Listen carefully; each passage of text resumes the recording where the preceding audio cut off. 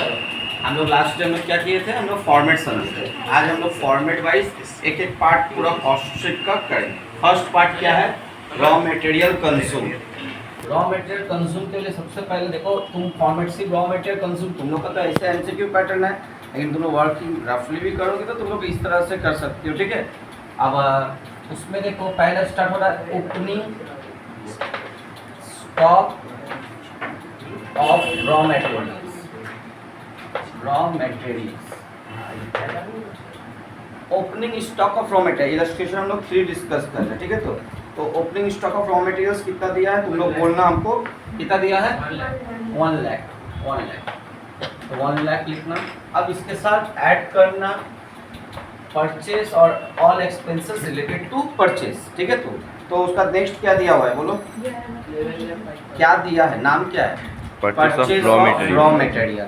तो purchase of raw material add होता है, परचेस ऑफ रॉ मटेरियल्स।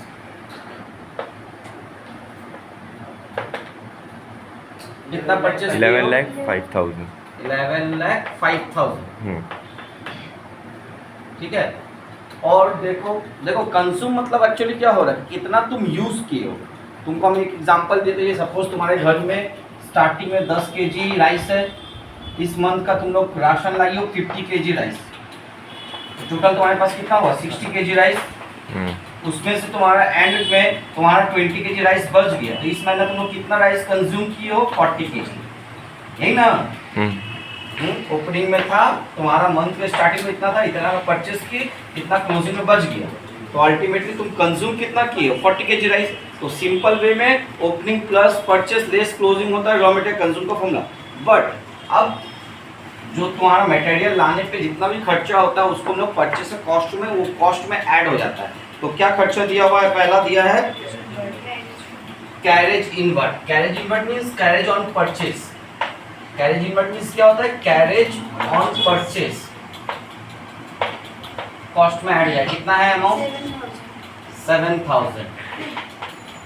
और क्या खर्चा दिया है, इंपोर्ट ड्यूटी। इंपोर्ट ड्यूटी, देखो बाहर से माल आता तो इंपोर्ट करना पड़ता, तो इंपोर्ट ड्यूटी का पे करना, ये भी परचेस करने के लिए ही ना तुमको खर्चा करना पड़ा। इंपोर्ट ड्यूटी टैक्स है जो परचेस करने पे बाहर से दूसरा देश से तुम यदि इंपोर्ट करोगे तो उसके लिए पे करना पड़ता है।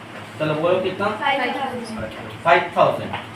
नेक्स्ट और कोई परचेस खर्चा, purchase primary packaging material. Primary packaging, ठीक है। तो आप उसको देखना, पैकेजिंग 2 तरह का होता है, एक होता है जो रॉ मटेरियल के साथ जो ऊपर में कवर अप होता है, फिर उसके बाद डब्बा लगता है, ठीक है।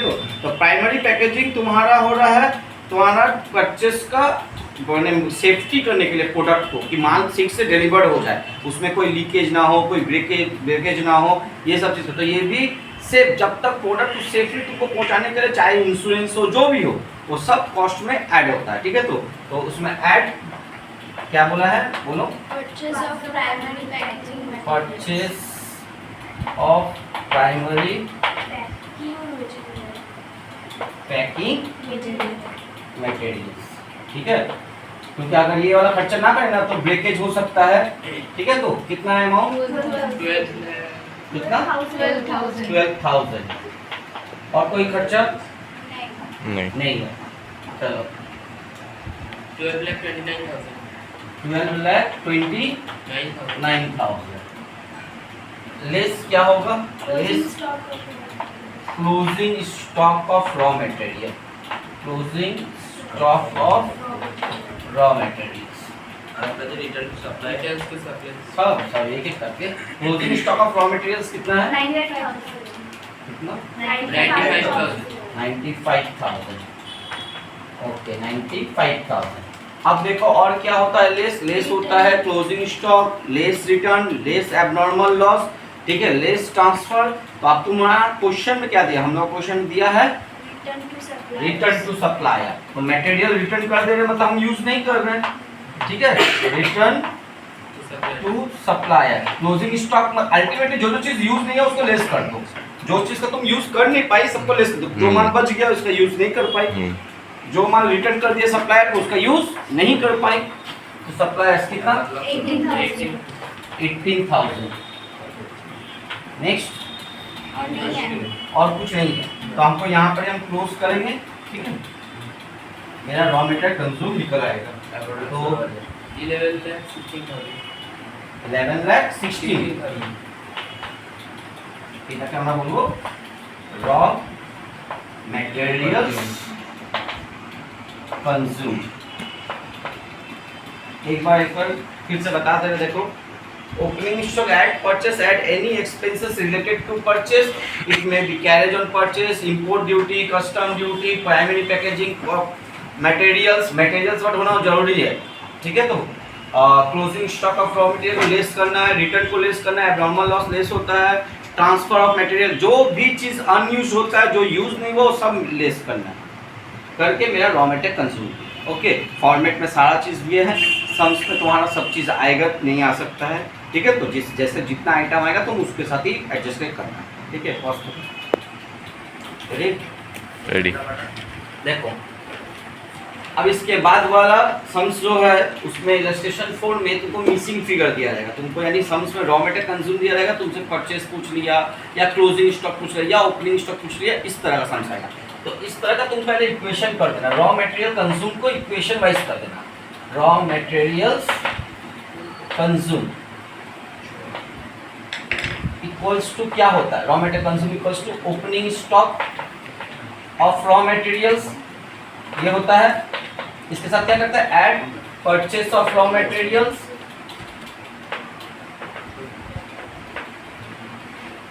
Add expenses. अब तुम क्वेश्चन में देखो, क्वेश्चन में कुछ एक्सपेंस दिया हुआ है, तो देखो क्वेश्चन में ओपनिंग स्टॉक दिया है, क्लोजिंग स्टॉक दिया है, रिटर्न दिया है, रॉ मटेरियल कंज्यूम दिया, कोई खर्चा नहीं दिया।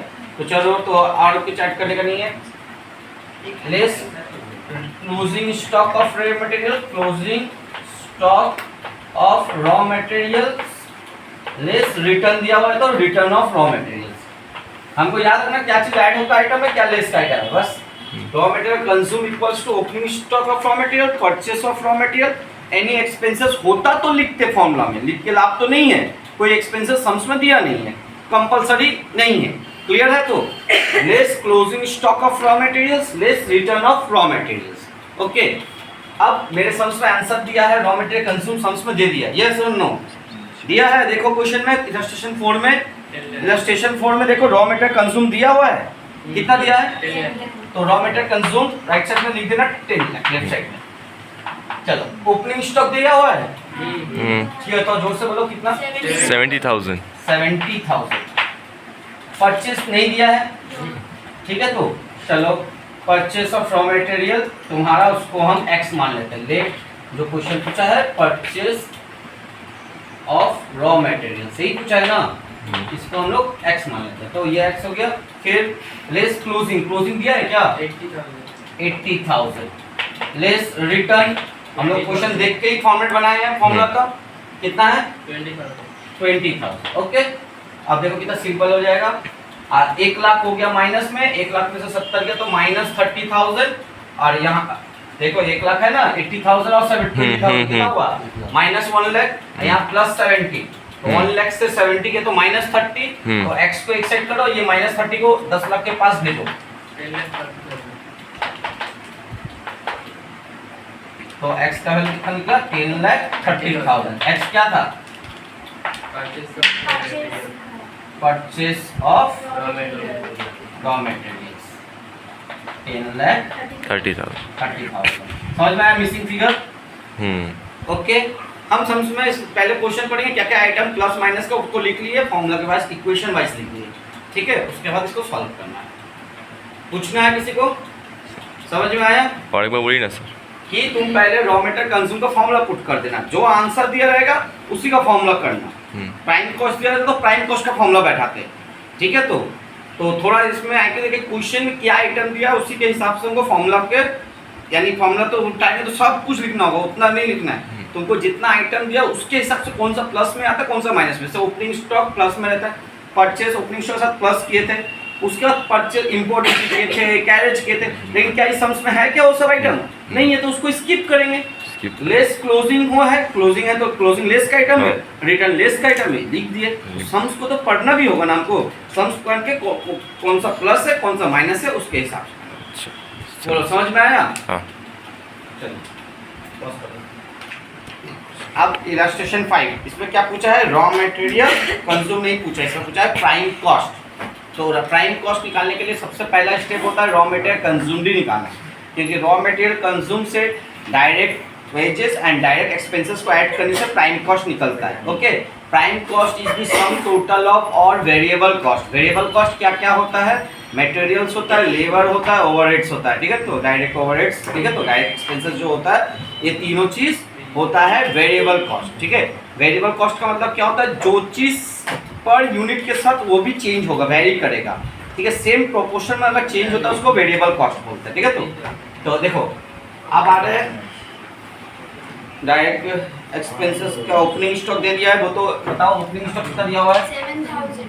Opening stock of raw materials, raw materials 7,000। Okay, चलो परचेस दिया है क्या सम्स में, हाँ Purchase of raw materials. Purchase Of of raw material. Raw materials 91,000 कितना, 91,000 91,000। फिर any expenses related to purchase, Inward freight and insurance. हाँ? Inward freight and insurance. Inward freight, inward freight माने इनवर्ड वर्ड का means होता है purchase करते वक्त, करते हो। ठीक है, तो इनवर्ड फ्रेट माने फ्रेट इनवर्ड, ठीक है, तो इनवर्ड फ्रेट, फ्रेट भी भाड़ा होता है, कैरेज भी भाड़ा होता है, ठीक है, तो और इनवर्ड माने होता है खरीदते समय परचेस के वक्त जो भाड़ा पे करते हैं केनार समय যে ভাড়াটা দিই তাকে আমরা ইনওয়ার্ড বলি, ক্যারেজ ইনওয়ার্ড, ফ্রেট ইনওয়ার্ড, এটা যোগ হবে। अच्छा, तो फ्रेट इनवर्ड के साथ क्या बोला था, और Insurance. एंड इंश्योरेंस ना, एंड इंश्योरेंस, इंश्योरेंस यहाँ पर जो माल का जो लाते समय जो होता है ट्रेन में एक्सीडेंट हो सकता है तो उसका लेके आग लग सकता है, कुछ भी हो सकता है, उसका इंश्योरेंस का आना कितना, 6,000. 6,000। और कोई परचेस रिलेटेड खर्चे दिया है क्या, দেওয়া আছে, তাহলে যোগ করে না কত হচ্ছে 97 আর 7 তো কত হচ্ছে 1,04,000 হচ্ছে না, 1,04,000 less closing stock of raw material है क्या, closing stock of raw materials 9,000। और कोई आइटम है रिटर्न, लॉस, एबनॉर्मल लॉस, ऐसा कुछ आइटम है क्या, नहीं. कुछ नहीं है। रिटर्न होने से आता लेस होता, फिर तुम्हारा क्या होता है, रिटर्न करने से लॉस लेस करोगे, तुम्हारा ट्रांसफर होने पे लेस करोगे, एबनॉर्मल लॉस होने पे लेस करोगे। लेकिन सम्स में होने पर ना যদি অঙ্কতে থাকবে তাহলে করতে পারবে, তো অঙ্কতে না তাহলে করতে পারবে না, ঠিক আছে, তো শুধু একটাই আইটেম ছিল লেসের, সেটা হচ্ছে ক্লোজিং স্টক। ক্লোজিং স্টক के लेस करो, করে কত হচ্ছে 95,000। ये तुम्हारा रॉ मटेरियल कंज्यूम निकला, जैसे निकला इसको आउटसाइड कर देना, ठीक है। अब आता है direct wages and direct expenses, तो इसको ऐड करने की जरूरत नहीं, अलग से लिखना डायरेक्ट वेजेस। डायरेक्ट वेजेस का दूसरा नाम होता है प्रोडक्टिव वेजेस, तीसरा नाम होता है चार्जेबल वेजेस। ओके, तो क्या समझ में ऐसा कुछ बोल के दिया है क्या, डायरेक्ट लेबर बोला है, वेज डायरेक्ट को प्रोडक्टिव और या चार्जेबल बोलते हैं और वेजेस को लेबर भी बोलते हैं, ठीक है। तो चलो क्या है, डायरेक्ट लेबर कितना दिया हुआ है 41, इसको डायरेक्ट आउटर कॉलम में करना क्योंकि ये सिंगल आइटम है ना, ठीक है। अब आता है डायरेक्ट एक्सपेंसेस, डायरेक्ट एक्सपेंसेस, ये तीन आइटम होता है raw material consume, direct wages, direct expenses, तीन आइटम का सम टोटल को बोलते हैं prime cost. Sum total of direct wages, direct material, direct wages and direct expenses is called prime cost. Cost okay, लेकिन direct expenses में directly नहीं दिया कि डायरेक्ट एक्सपेंसेस है, उसमें दो आइटम दे दिया, क्या दिया है, एक दिया है हायर चार्जेस दिया है ना, हम तुमको बोले थे ये वो एक्सपेंस, इसके बिना प्रोडक्शन स्टार्ट नहीं कर सकते, ठीक है, तो एक दे दिया है रॉयल्टी दिया है और एक दे दिया है हायर चार्जेस ना, तो higher charges of specific of a specific equipment, माने वो इक्विपमेंट को भाड़ा नहीं करोगे तो तुम प्रोडक्शन नहीं कर पाओगे, ठीक है। तो जो चीज के बिना प्रोडक्शन रुक जाएगा, माने जो खर्चा के बिना प्रोडक्शन का अधूरा है तो वो खर्चा डायरेक्ट हो गया, माने ये इक्विपमेंट नहीं होगा तो प्रोडक्शन नहीं होगा, तो जो प्रोडक्शन से डायरेक्टली रिलेटेड है उस तरह का खर्चा को डायरेक्ट एक्सपेंसेस बोलता है। तो कितना है ये आइटम, ये है 6,500 और एक था रॉयल्टी, रॉयल्टी पे करना होता है, अगर किसी का चीज यूज करोगे तो उसको रॉयल्टी तो देना होगा, बिना रॉयल्टी दिए तो तुम यूज नहीं कर पाओगे, ठीक है। प्रोडक्शन टेक्निक किसी का यूज कर रहे हो तो उसको तुमको रॉयल्टी देना पड़ेगा, ठीक है। तो ये भी डायरेक्ट एक्सपेंसेस है, यानी इसके बिना भी प्रोडक्शन पॉसिबल नहीं है। प्रोडक्शन है पॉसिबल यदि नहीं, এই খরচা না করলে প্রোডাকশন হতেই পারে না, তাহলে ওইটা ডাইরেক্ট এক্সপেন্সেস মধ্যে হয়। রয়্যালটি না দিলে যার তুমি ইউজ করছো তাকে তো কোনো টেকনিক ইউজ করছো, কোনো ফর্মুলা ইউজ করছো, তাহলে ওকে রয়্যালটি দিতে হবে। ওই রয়্যালটি দেওয়াটাও ডাইরেক্ট এক্সপেন্সেসের মধ্যে পড়ে। আচ্ছা, এবার কি বললাম, আমাকে বের করতে দিয়েছিল কোশ্চেনে প্রাইম কস্ট। প্রাইম কস্টের ফর্মুলা আমি কি বলেছিলাম? Sum total of direct material, direct wages and direct expenses, তিনটাকে যোগ করো। 1,52,500 152,500 बोलो, बुझते पारले? चलो फर्स्ट करो। इलस्ट्रेशन 6 में बोला है वर्क कॉस्ट निकालना है। तो वर्क कॉस्ट का फॉर्मूला लॉजिक क्या है? पहला स्टेप होता है रॉ मटेरियल कंज्यूम, उसके साथ डायरेक्ट वेजेस और डायरेक्ट एक्सपेंसेस को ऐड करोगे तो क्या बोलते हैं? Prime cost. प्राइम कॉस्ट के साथ फैक्ट्री को ऐड करने से क्या निकलता है? Factory work cost. तो वर्क कॉस्ट निकालेंगे। तो सबसे पहला, अब देखो सम्स में निकालना है कि दिया हुआ है, ये चीज तुमको चेक करना होगा, ठीक है? तो सम्स में अगर निकालना होगा तो ठीक है, नहीं तो तुम पहले देखो रॉ मटेरियल कंज्यूम, ये सम्स में दिया है कि निकालना पड़ेगा? तो देखो दिया है। मटेरियल्स कंज्यूम कितना है? रॉ मटेरियल कंज्यूम कितना दिया हुआ है? देखो 3,35,000। 3,35,000। देखो ये हम लोग करते थे ना, मेहनत करते थे इसको निकालने के लिए। Opening stock, at purchase, closing stock, return sums में दिया है तो क्यों करेंगे? Direct outer column. अब इनर और आउटर कॉलम समझ लेना, जिसमें लगेगा जरूरत तभी ना इनर में डालेंगे। अब होता है direct wages. Direct wages sums में दिया है क्या? हाँ, कितना दिया है? 1,25,000। 1,25,000। ठीक है, এই গল্প করার জন্য অন্য জায়গা। এবার হচ্ছে next direct expenses. Direct expenses তোমার আছে কি না প্রথমে চেক করে নাও, সবসময় তো থাকবে না এই এক্সামে। কোশ্চেন দেখে না কোনো ডাইরেক্ট এক্সপেন্সেস দেওয়া আছে? ফ্যাক্টরি রেন্ট, ফ্যাক্টরির খরচা, ফ্যাক্টরি ইনডাইরেক্টে ফ্যাক্টরিতে আসে, कॉस्ट ऑफ पावर फैक्ट्री से, लाइटिंग इन दी फैक्ट्री तो फैक्ट्री का खर्चा है, डेप्रिसिएशन ऑफ प्लांट फैक्ट्री में प्लांट रहता तो फैक्ट्री का, fire insurance on plant equipment factory में है, लिब्रिकेंट एंड कूलेंट फैक्ट्री में यूज होता है। यानी कि कोई भी डायरेक्ट रॉयल्टी मिला, हायर चार्जेस मिला, डायरेक्ट एक्सपेंसेस में कुछ मिला, यानी नहीं था तो जबरदस्ती ने स्किप कर जाना। तो यानी ये दोनों को जोड़ने से क्या मिल जाएगा तुमको? Prime cost. थर्ड आइटम है ही नहीं। चलो जोड़ो, कितना हो रहा है? 4,60,000। अब नेक्स्ट है फैक्ट्री ओवरहेड। Factory overhead. अब देखो, क्योंकि सम्स में प्राइम कॉस्ट जब पूछेगा तो यहाँ पर सम्स खत्म। अब सम्स से पूछा है वर्क कॉस्ट, तो वर्क कॉस्ट कैसा था? प्राइम कॉस्ट के बाद फैक्ट्री को ऐड करने पे वर्क कॉस्ट। अब एक एक करके खर्चा जो भी है बताते जाओ। क्या दिया है बोलो? फैक्ट्री का first factory rent. Factory overhead में all expenses related to factory, factory से रिलेटेड जितना भी खर्चा सब आएगा फैक्ट्री में। तो फैक्ट्री रेंट, फैक्ट्री का खर्चा कितना है? 2,000। Next factory indirect factory indirect. सिर्फ इनडायरेक्ट वेजेस होता तो भी करता है यहीं पर ही, क्योंकि डायरेक्ट वेजेस वहां आता है, इनडायरेक्ट वेजेस फैक्ट्री में आता है।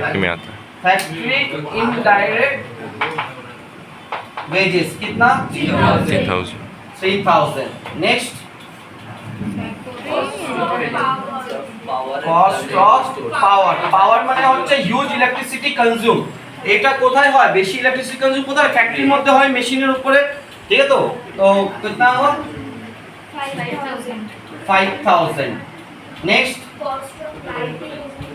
Cost of lighting in the factory. कुछ आइटम क्या है स्पेसिफिक करेगा तभी जाके वो फैक्ट्री में आता है। जैसे रेंट कुछ नहीं बोला तो हम लोग उसको नहीं कर सकते, उसको हम लोग ऑफिस में ले सकते हैं। लाइटिंग कुछ नहीं बोला तो पावर है, कंपलसरी जाना होगा फैक्ट्री में। और लाइटिंग हम उसको कहाँ कर सकते थे? लाइटिंग इलेक्ट्रिसिटी ऑफिस में। लेकिन स्पेसिफिक कर दिया कि ये लाइटिंग किसका है? Cost of lighting in the factory. तो फैक्ट्री का बोल ही दिया है तो फैक्ट्री में तो डालना ही होगा। ইলেকট্রিসিটি শুধু বলতো তাহলে ওটা আমি কোথায় পাঠাতাম? অফিসে। পাওয়ার শুধু বলতো আমি ওকে কোথায় পাঠাতাম? ফ্যাক্টরিতে। কেন? পাওয়ার মানে হিউজ ইলেকট্রিসিটি কনজিউম, সেটা কোথায় হবে? ফ্যাক্টরির মধ্যে হবে, সেটা আমার আইকিউ কাজ করবে। কিন্তু যদি বলে দেয় কি লাইটিং ইন দি ফ্যাক্টরি, তার মানে আর আমার মাথা লাগানোর কোনো প্রয়োজন নেই। फैक्ट्री तो बोले दिए फैक्ट्री खर्चा আছে समझ में आया क्या बोल रहे हैं ठीक है जैसे इनडायरेक्ट वेजेस ये बोले ना बोले इनडायरेक्ट डायरेक्ट वेजेस वहाँ आता है इनडायरेक्ट वेजेस फैक्ट्री में आता है इसमें फिर भी फैक्ट्री स्पेसिफिक किया नहीं भी करता तो भी इनडायरेक्ट वेजेस किसका पार्ट होता है फैक्ट्री का पार्ट होता है तो कुछ कुछ चीज होता है कि परमानेंटली है कि उसी जगह पे बट कुछ कुछ चीज क्या हो रहा है तुम्हारा स्पेसिफिक करेगा तो ही बैठाना है ठीक है तो पता चल 6000 next Depreciation of plant. Depreciation of plant depreciation of plant plant माने क्या हो रहा है जो फैक्ट्री प्लांट मतलब यूनिट प्रोडक्शन यूनिट को प्लांट बोलते हैं प्रोडक्शन यूनिट को क्या बोलते हैं प्लांट तो प्लांट प्रोडक्शन यूनिट की फैक्ट्री को ही बोलते हैं तो उसका उसमें किसी चीज का डेप्रिसिएशन हो तो उसको क्या फैक्ट्री में रखना है 10,000 और क्या है Fire insurance on plant equipment. Fire insurance of plant and Equipment. Equipment तो ये भी देखो प्लांट इक्विपमेंट वर्ड आ गया तो ये कहाँ है फैक्ट्री का हिस्सा हो गया कितना 1,200. 1200 और कुछ है Lubricants and coolants. Lubricants factory का मशीन में लगता है ठीक है तो लुब्रिकेंट्स एंड कूलेंट कितना 1,500. कितना 1,500. 1500 और है कुछ नहीं. आइटम को टोटल करो 28,700 28,700 हो रहा है देखो हाँ. नहीं. कितना 28,000. 28,700 चलो फैक्ट्री को ऐड करें तो क्या निकलता है मेरा वर्क कॉस्ट जोड़ो 4,60,000 प्लस 228 4,88,700 ये निकला वर्क कॉस्ट ये हो गया तुम्हारा टोटल वर्क कॉस्ट ठीक है देखो पहला काम क्या है हम लोग को रॉ मटेरियल कंज्यूम निकालना फिर उसके साथ डायरेक्ट वेजेस और डायरेक्ट एक्सपेंसेस को ऐड करता तो क्या निकलता है प्राइम कॉस्ट के साथ फैक्ट्री के यदि जोग करिस তাহলে কি বের হয় वर्क कॉस्ट के साथ अगर ऑफिस को ऐड करें तो क्या निकलता है कॉस्ट ऑफ प्रोडक्शन तो अब हम लोग सम्स में देखना क्या हम लोग को डिटेल्स करना है कि सम्स में आंसर डायरेक्ट दिया है जैसे रॉ मटेरियल कंज्यूम सम्स में दिया है डायरेक्टली दिया है ना हाँ 5 लाख इलस्ट्रेशन 13 का है रॉ मटेरियल कंज्यूम कितना है 5 lakh 5 lakh next direct wages direct wages कितना है 2 लाख 2 लाख गिवन है डायरेक्टली डायरेक्ट वेजेस 2 लाख लिख देना फिर है डायरेक्ट एक्सपेंसेस 50,000 डायरेक्ट एक्सपेंसेस भी डायरेक्टली दिया हुआ है कोई उसमें हायर चार्जेस रॉयल्टी इस तरह से दिया कि डायरेक्टली दे दिया डायरेक्ट एक्सपेंसेस डायरेक्टली दिया तो डायरेक्टली बैठा देना कुछ इसमें टेंशन नहीं लेना डायरेक्ट एक्सपेंसेस कितना है 50,000 ओके ये तीनों का सम टोटल को क्या बोलते हैं sum total of raw material consume direct wages and direct expenses is called prime cost 7,50,000 prime cost 7,50,000 okay अब आता है मेरा फैक्ट्री ओवरहेड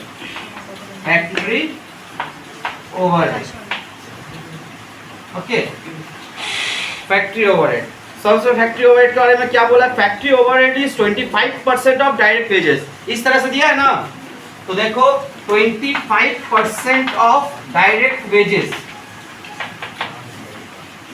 तुम लोग कैलकुलेटर तो यूज करने देगा नहीं तो तुम लोग इस तरह से कर लेना 2 लाख है तो देखना रफली करके फिर मिटा देना 2 लाख का 25% परसेंटेज हटाना यहाँ पर 2 जीरो से 2 जीरो कट गया 25 टू 50 और यहाँ पर 1 2 3 जीरो 1 2 3 जीरो ऐड कर देना 50,000 निकलेगा ओके समझ में आया तो 25% के साथ डायरेक्ट वेजेस का ऊपर बोला है 25% तो 2 लाख है डायरेक्ट वेजेस इनटू 25% का 100 हटाना 2 जीरो से 2 जीरो कट करना 25 टू 50 फिर इधर जितना जीरो रिमेनिंग है ऐड कर देना ठीक है तो पीछे में लगा देना तो ये हुआ 50,000 तक क्या निकला तुम्हारा फैक्ट्री ओवरहेड अभी तक हम लोग को डिटेल्स में दिया रहता था अब डायरेक्टली बोल दिया कि इतना परसेंटेज ऑफ डायरेक्ट वेजेस तो उस तरह से निकालना है समझ में आया ना?